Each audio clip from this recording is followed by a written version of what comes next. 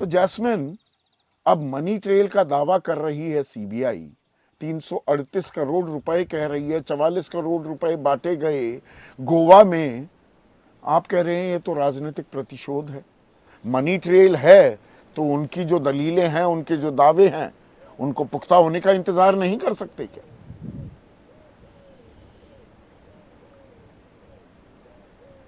संदीप जी, आपके दर्शकों को नमस्कार। सबसे पहले मैं दो चीज़ कहना चाहूँगा, क्योंकि आज दिन भर सुनवाई हुई और कई सारे तर्क दोनों पक्ष की तरफ से दिए गए, केजरीवाल जी के लॉयर्स ने और दूसरे सीबीआई ने। लेकिन पहला सबसे बड़ी घटना, आपने बहुत अच्छी तरह से इस आज की सुनवाई का विश्लेषण दिया, लेकिन एक बड़ी चीज़ आप जो कहना चूक गए कि जब सीबीआई ने कहा, भरी अदालत में कहा कि अरविंद केजरीवाल जी ने अपना पल्ला झाड़ दिया है, सब कुछ मनीष सिसोदिया के ऊपर डाल दिया है, तो तुरंत केजरीवाल जी खड़े हुए और लाइन बाय लाइन बताया कि ये पूरी तरह फर्जी स्टेटमेंट है, मैं निर्दोष हूं, सिसोदिया जी निर्दोष हैं, पूरी आम आदमी पार्टी निर्दोष है, और बताइए मेरे स्टेटमेंट में मैंने कब ऐसा कहा है। तो तब जज साहब ने खुद स्टेटमेंट पढ़ा, एक एक लाइन पढ़ी और सीबीआई के वकील के आंख में डालकर कहा कि आप झूठ बोल रहे हो, केजरीवाल जी ने ऐसा कभी नहीं कहा। तो आज देश के सामने सीबीआई बेनकाब हो गया कि यह केवल झूठ बोलने की फैक्ट्री है, भाजपा का राजनीतिक प्रोपेगेंडा करने की फैक्ट्री है, सुर्खियां बटोरने की फैक्ट्री है। इनका इन्वेस्टिगेशन से, एक निष्पक्ष इन्वेस्टिगेशन से कोई लेना देना नहीं है। हम 2 साल से कह रहे हैं कि एक फर्जी मुकदमा है, केवल और केवल आम आदमी पार्टी और केजरीवाल जी को फंसाने की साजिश है। और आज सीबीआई के वकील खुद कोर्ट में रंगे हाथों पकड़े जाते हैं झूठ बोलते हुए। ये हम नहीं कह रहे, जज साहब ने कहा। तो ये एक सबसे बड़ी घटना घटी।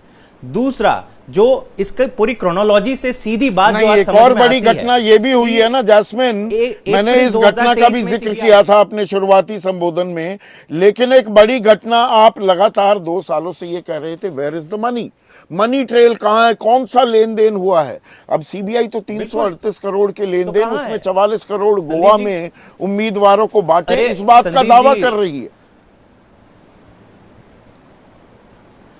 तो दावा ही तो वही तो हम कह रहे हैं कि 2 साल हो गए हैं भाई साहब, आप दावे पे दावे करते जा रहे हो। आप इन्वेस्टिगेटिव एजेंसी हो या क्या आप पत्रकार हो सीबीआई, कि आप बैठ के अपने दफ्तर से दावे करते रहते हो।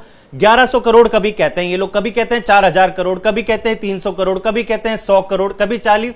एक चवन्नी तक की रिकवरी नहीं हुई।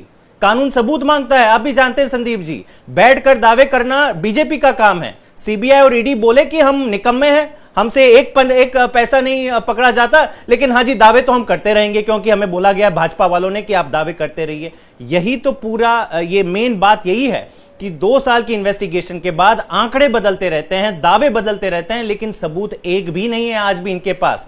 और सीबीआई, ये सबसे क्रोनोलॉजी सबसे इंपॉर्टेंट है, मुझे बस 30 सेकंड दीजिए। जैसे ईडी के कस्टडी से इनको बेल मिलती है केजरीवाल जी को, उसके बाद की जो क्रोनोलॉजी ये देखने वाली बड़ी इंटरेस्टिंग है, क्योंकि इसी से पता चल जाता है कि ये पूरी की पूरी पॉलिटिकल इन्वेस्टिगेशन है। ईडी तुरंत, पहली बार देश के इतिहास में होता है कि ईडी तुरंत जाती है, कोर्ट के ऑर्डर आए से पहले उस पर स्टे लेके आती है। और सीबीआई जो अप्रैल 2023 से इस इन्वेस्टिगेशन को छोड़ चुकी है, एक बार भी केजरीवाल जी को नहीं बुलाया। 9 घंटे उन्होंने इंटरोगेशन किया था अप्रैल 2023 में, लेकिन जब ईडी के केस से ट्रायल कोर्ट बेल दे देता है तो तुरंत इनको अक्यूज बनाया जाता है और सीबीआई अब उन्हें अरेस्ट कर लेती है। तो आपका मकसद क्या है? आपका मकसद है कि कैसे भी तरह आनन फानन में केजरीवाल जी को जेल में रखो, अगर वो बाहर आ गए तो भाई साहब पता नहीं क्या हो जाएगा। ये दिखाता है कि ये कोई इन्वेस्टिगेशन नहीं चल रही है, पॉलिटिकल वेंडेटा है। और जो आपातकाल की बात भाजपा के लोग कह रहे हैं, सबसे बड़ा आपातकाल देश में आज चल रहा है भाजपा के राज के अंदर। मैं एक क्रोनोलॉजी मैं भी समझाना चाहूंगा। आपने एक क्रोनोलॉजी रख दी। देखिए, ईडी सीबीआई उनकी अपनी जगह है, वो दावे करते हैं, आप उन पर आरोप लगाते हैं, लेकिन क्या न्यायिक व्यवस्था पर आपको भरोसा नहीं है? और इसके लिए क्रोनोलॉजी समझाना जरूरी है। संजय सिंह को जमानत मिली कि नहीं मिली? 21 मार्च को अरविंद केजरीवाल की गिरफ्तारी होती है, लेकिन 21 दिन की अंतरिम जमानत 10 मई को मिली। वो चुनाव प्रचार प्रसार में भी गए। राउज एवेन्यू कोर्ट ने 20 जून को उन्हें जमानत दी। तो अगर ये फर्जी आरोप, और आप कह रहे हैं आज तो सीबीआई के दावों का खुलासा खुद जज साहब ने कर दिया, तो आप इंतजार करने को तैयार क्यों नहीं रहते, कर सकते थोड़ा बहुत? राजनीतिक प्रतिशोध और ये विक्टिम कार्ड क्यों खेलने पर आप आमादा रहते हैं जैस्मिन। संदीप जी, अपनी बात रखना, सच को जनता के सामने रखना क्या विक्टिमहुड होता है? और आपने संजय जी की बात करी, 6 महीने संजय जी को जेल के अंदर रहना पड़ा और उसके बाद हाईकोर्ट क्या कहता है कि एक सबूत नहीं है आपके पास, आप कैसे इनको जेल के अंदर रख सकते हैं? तो वो 6 महीने उन्होंने गवाए हैं, उनको कौन पूरा करेगा? तो पीएमएलए कानून आप भी जानते हैं, आपके दर्शक भी बखूबी जानते हैं कि पीएमएलए कानून ही ऐसा बनाया गया है कि इसमें बेल मिलने में भी इतना समय लग जाता है कि प्रोसेस बिकम्स द पनिशमेंट।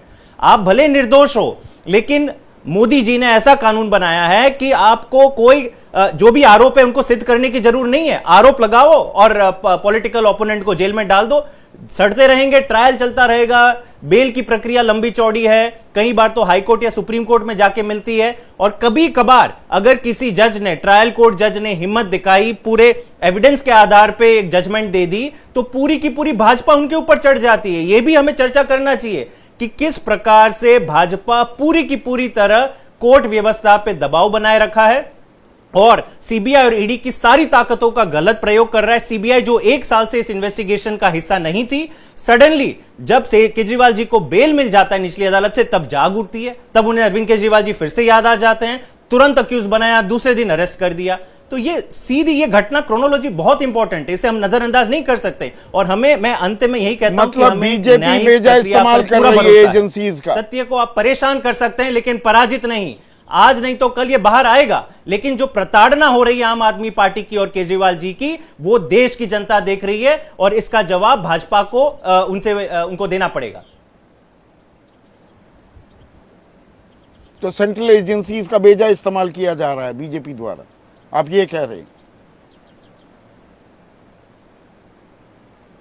बिल्कुल किया जा रहा है, ये तो दिख रहा है, साफ दिख रहा है। आज जो सीबीआई ने जो टिप्पणी करी और जज साहब ने जैसे उनको टोका कि ये गलत बयानबाजी है। अब तक तो केवल सीबीआई अपनी चार्जशीट पे फर्जी चीज है, शरत रेड्डी से कुछ लिखवा दिया, मगुंटा रेड्डी से कुछ लिखवा दिया। कई सारे गवाहों ने बोला कि हमें थप्पड़ मार के 3rd डिग्री हम पर इस्तेमाल किया जा रहा है। क्यों? क्योंकि केजरीवाल का नाम लो, नहीं तो हम आपको यहां पे जेल में सड़ाएंगे। शरत रेड्डी से 60 करोड़ की वसूली करी, ये सारी चीजें हो जाती है। लेकिन आज तो कोर्ट भरे कोर्ट के अंदर सीबीआई ने गलत चीज कह दी।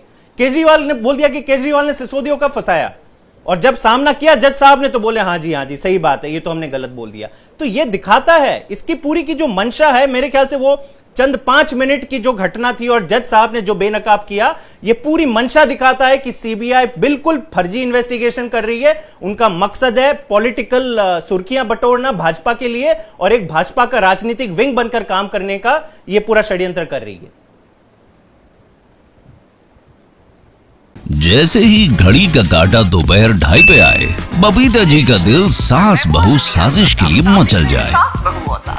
और ये है इनकी बहू, पूरे दिन ऑफिस की टेंशन हो जाए गॉन जब ये करें अपना फेवरेट शो फ्री टाइम पे ऑन। इनकी तरह आप भी देखिए अपना फेवरेट शो अपने टाइम पर और डाउनलोड कीजिए एबीपी लाइव ऐप अपने स्मार्ट टीवी पर।